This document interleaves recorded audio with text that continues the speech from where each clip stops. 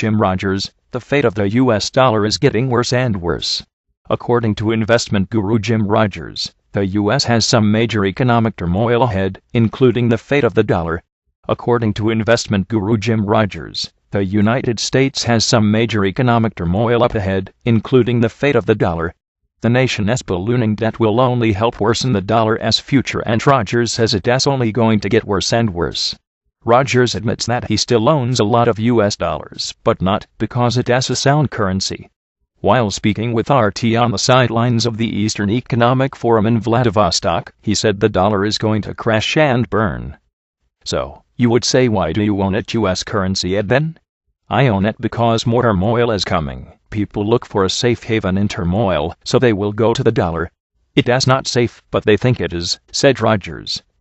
But many nations are divesting from the United States because of the continuing debt problem, which will eventually blow up in the faces of every American.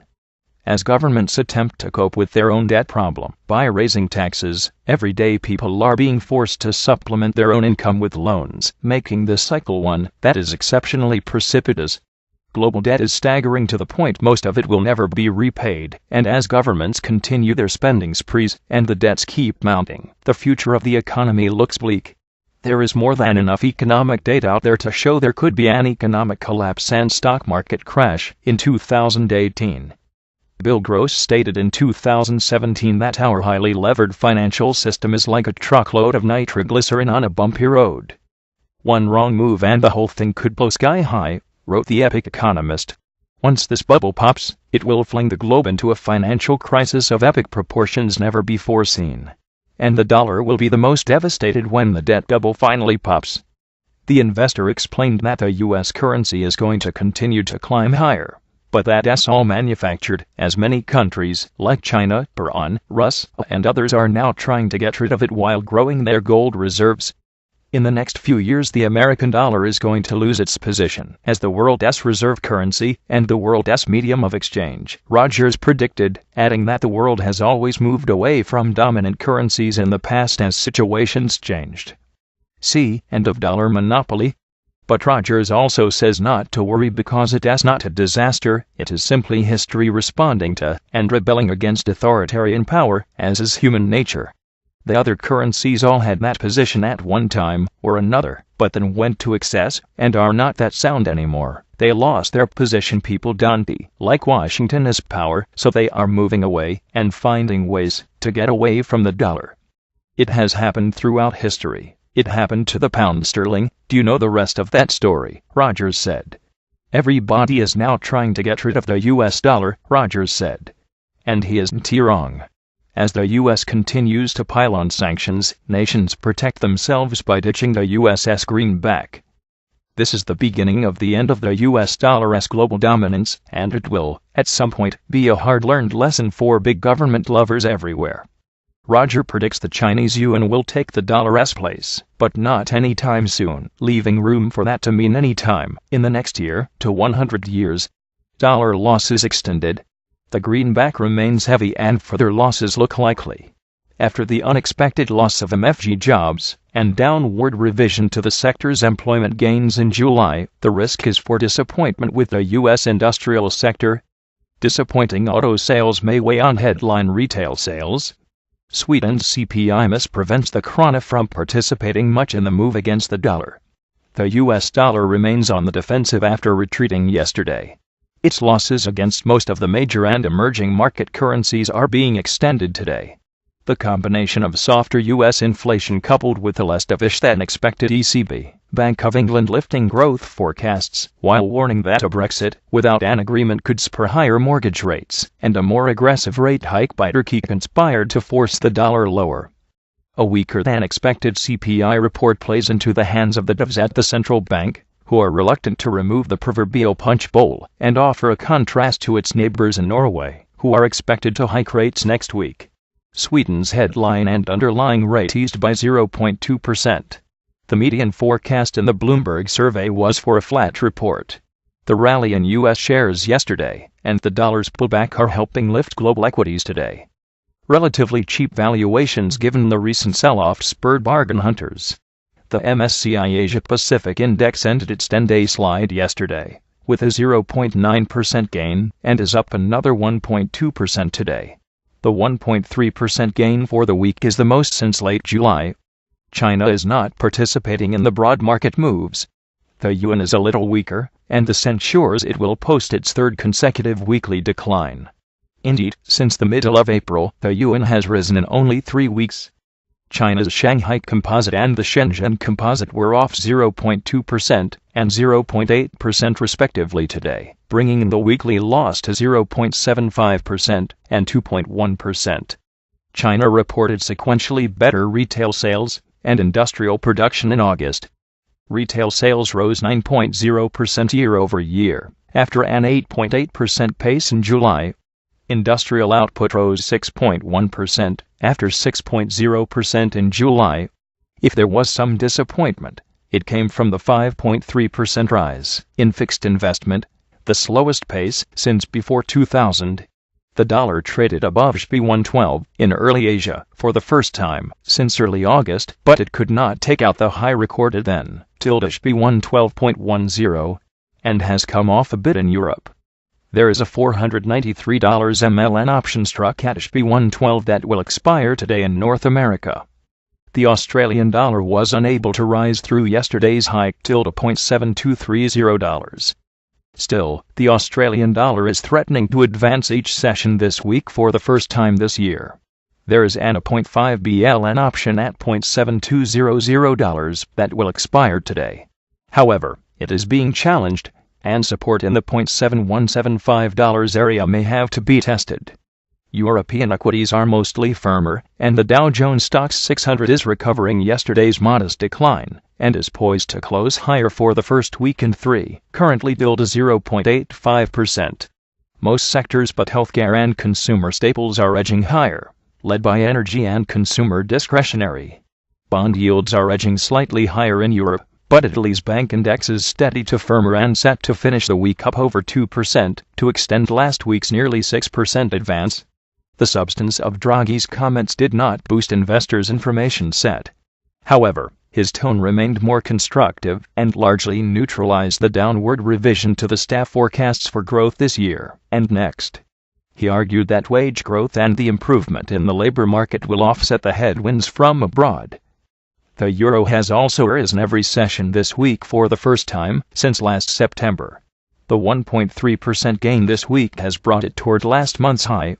The $1.1780 area is the 38.2% retracement of this year's euro decline, and it has not traded above $1.18 since the mid-June ECB meeting. The Turkish lira rallied in response to yesterday's surprising 625 BP rate in the 1-week repo rate to 24% yesterday.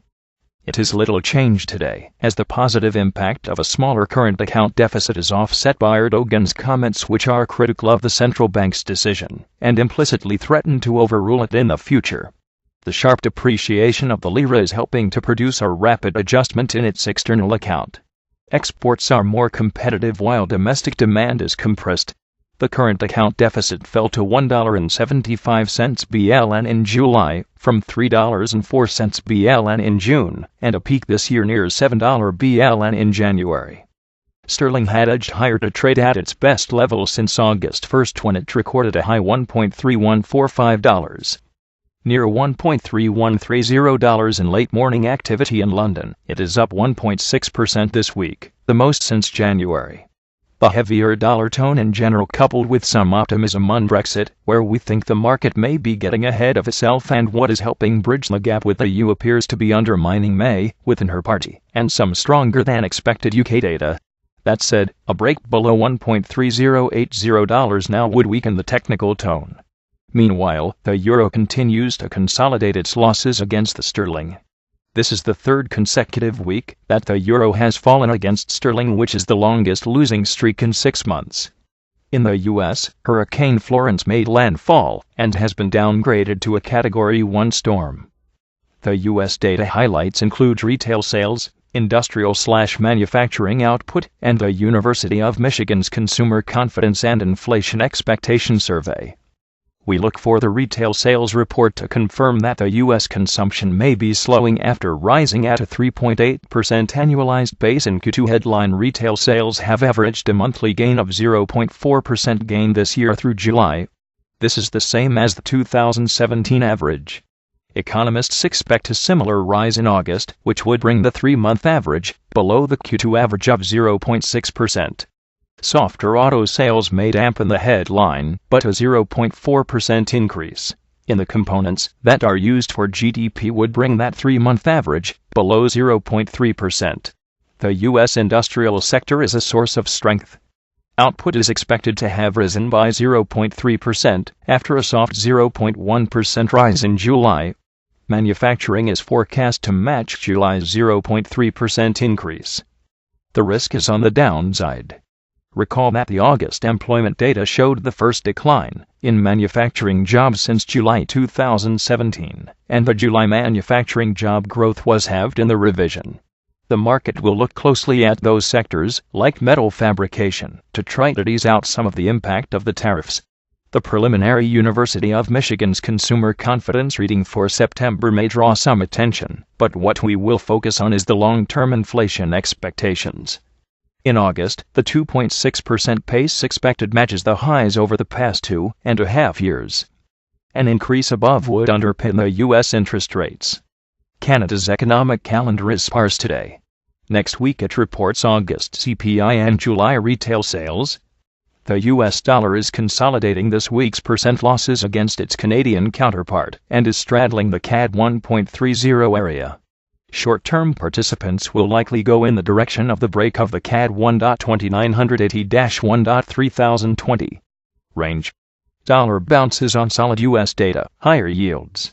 The dollar rose against a basket of currencies on Friday, rebounding from a near 1-to-1/2-month low as upbeat U.S. economic data and higher Treasury yields rekindled some investor appetite for the greenback. The world's top reserve currency was still on track for a weekly loss, as reduced trade tensions between China and the United States, together with encouraging developments between Britain and the European Union on terms for Britain's exit from the economic bloc, paired safe haven demand for the dollar. Generally, today's data showed strong results, which are supporting the dollar. Higher yields are also giving it a boost, said Brian Dangerfield, macro strategist at NatWest Securities in Stamford, Connecticut. The U.S. Commerce Department said domestic retail sales rose 0.1% in August, the smallest gain in 6 months, but July figures were revised higher, supporting the view of solid consumer spending in the third quarter. Consumer spending, which accounts for 2/3 of the U.S. economy, will likely hold firm as consumer optimism improved to its strongest since March, according to the University of Michigan. Another bright spot was a 0.4% increase in industrial output last month. Friday's data offset inflation data this week, which fell of expectations, causing traders to dial back their bets that inflation is accelerating, analysts said. The data also lifted Treasury yields, with the 10-year yield touching 3% for the first time in 6 weeks. At 11:16 a.m., an index that tracks the dollar against 6 major currencies was up 0.3% at 94.81, trimming its weekly decline to 0.6%. The euro climbed to a 2-week high earlier on Friday following the disappointing U.S. inflation data, before retreating against the greenback. The common currency was down 0.5% at $1.1632. Sterling was 0.4% lower at $1.3067 after hitting $1.3145 earlier on Friday, its highest level since July 31, according to Reuters data. Brexit talks are set to intensify over the coming week, with the first of 3 summits that EU leaders hope will settle an agreement for departing Britain within the next 2 months. The Chinese yuan added to its earlier drop against the dollar in offshore trading on Friday as Bloomberg reports U.S. President Donald Trump told his aides to proceed with tariffs on about $200 billion worth of Chinese imports. The offshore yuan was down 0.45% at 6.876 per dollar. 3 reasons why the dollar rally's days may be numbered. Greenback vulnerable to midterms, Fed rhetoric, and developments in Europe. The US dollar is putting in impressive gains this year, but some analysts are convinced the rally is about to run out of steam with midterm elections looming, the Federal Reserve moving closer to the end of its tightening cycle, and amid signs Europe could be moving toward a resolution of its infighting. After a strong second quarter, the dollar has cooled a bit against its developed world peers. Still, the ICE US dollar index DXY plus 0.43%, which measures the currency against 6 major rivals, remains up 3% for the year-to-date, bouncing back after a 10% drop in 2017. The dollar is overcrowded and overbought, and could see a correction in the fourth quarter, despite 2 more rate hikes, said Aaron Hurt, senior portfolio manager in the currency group at State Street Global Advisors. He rests a look at the 3 factors that could weigh on the U.S. currency in coming months: midterm fallout, midterm elections, in which Democrats are seen with a strong chance of taking control of the House, and an outside chance of taking the Senate, loom in November. The dollar could be vulnerable in the run-up and the aftermath. NatXE chief economist Joseph Lavorgna put the highest probability at 55% on the Republicans retaining a narrow majority in the Senate while losing control of the House, adding that uncertainty is high as polls may not provide an accurate picture of the current trends. A divided Congress should produce more uncertainty on trade, less chance of additional fiscal stimulus, and probably some political noise, but without much consequences for the current economic dynamics, Lavorgna said. Fed rhetoric. The Federal Reserve has been raising interest rates since the end of 2015, so far delivering 8 increases. On September 26, another 25 basis point hike is expected, with CME Fed Funds futures predicting a 97.4% chance. Another increase in December is given a 78.5% probability. That means the dollar could be vulnerable to a change in tone from policymakers. If the Fed switches its rhetoric from accommodative to neutral, the dollar could weaken, said Alessio DeLongis, portfolio manager at Oppenheimer Funds. When the rhetoric changed in 2005, the dollar peaked even though there were still more rate hikes to come. Market participants expect up to another 3 rate increases in 2019, but then the central bank could take its foot off the gas pedal. This means the Fed's rhetoric could adjust its language as early as next year, and the greenback gas price doesn't reflect that yet, DeLongis said. Good news from Europe. The Euro/EUR/USD minus 0.5902% is the dollar's most important rival, and the popularized dollar gauge is heavily skewed toward the shared Eurozone currency. The euro has been held back by various reasons, including interest rate differentials, given the European Central Bank said it wouldn't raise rates at least until summer 2019. But local political turmoil, including uncertainty over Italy's budget plans, has weighed on the currency. If Italy manages to resolve its budget issue, that is, pass a budget that also falls in line with EU deficit rules, thereby avoiding confrontation with Brussels, the euro could see a rally, DeLongis said. And a euro rally would come at the expense of the dollar.